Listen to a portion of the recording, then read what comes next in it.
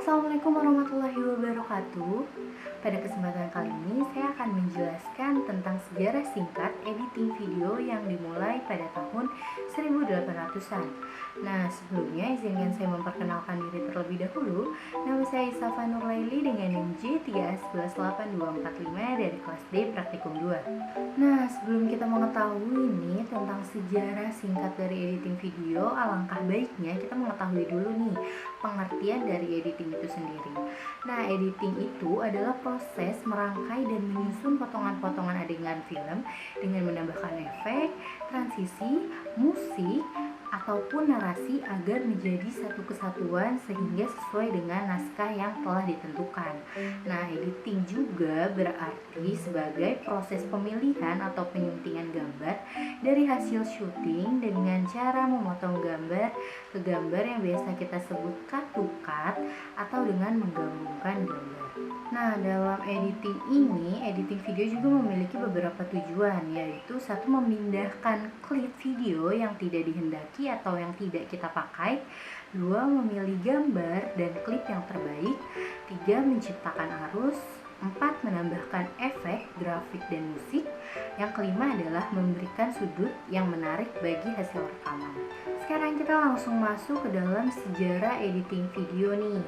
Nah, sejarah editing video itu dimulai pada tanggal 28 Desember tahun 1895 dengan ditandainya pertama kali orang menonton film pertunjukan di sebuah ruangan yang diproyeksikan ke sebuah layar.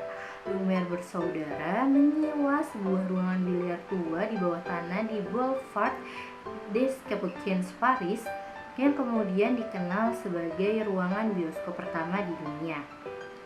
Nah, kemudian tempat itu sekarang dikenal dengan nama Grand Cafe. Mulai saat itu, menonton adalah pengalaman baru untuk para orang-orang. Film yang dibuat pada tahun 1895 ini berjudul Sortie de la Chaîne Lumière de Lyon, yang artinya pegawai pulang dari pabrik Lumière di Lyon.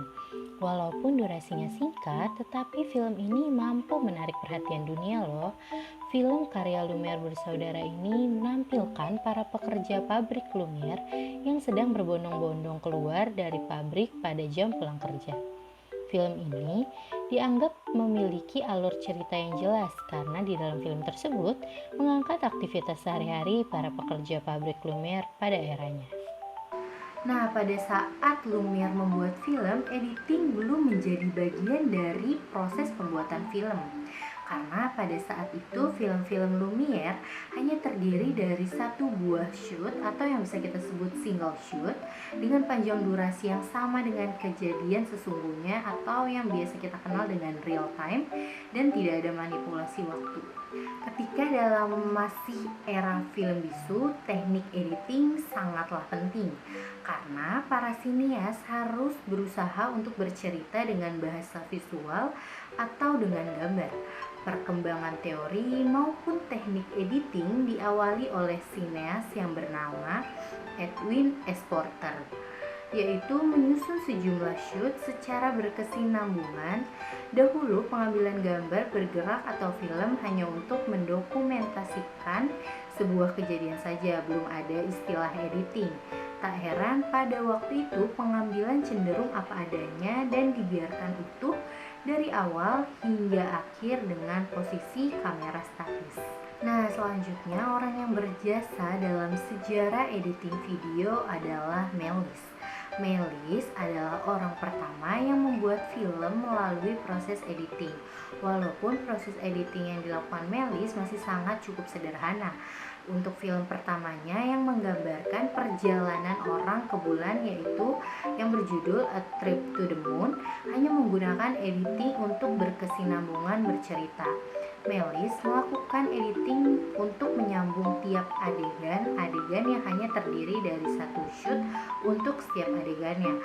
Maka dapat kita simpulkan editing terjadi dengan adanya proses pemotongan dari beberapa shoot. Selanjutnya ada film The Life of an American Fireman. Setelah sekitar 1900-an, Dewey Griff yang diawali eksperimen Porter yang dilakukan ketika dia mencoba menggabungkan rekaman dokumentasi mengenai aksi petugas pemadam kebakaran di sebuah peristiwa kebakaran dengan membuat rekaman baru berdasarkan imajinasinya tentang seorang ibu yang sedang panik karena anaknya tertinggal, kemudian diselamatkan oleh petugas pemadam kebakaran. Kedua susunan adegan fakta dan fiksi itu disusun dengan sangat menarik.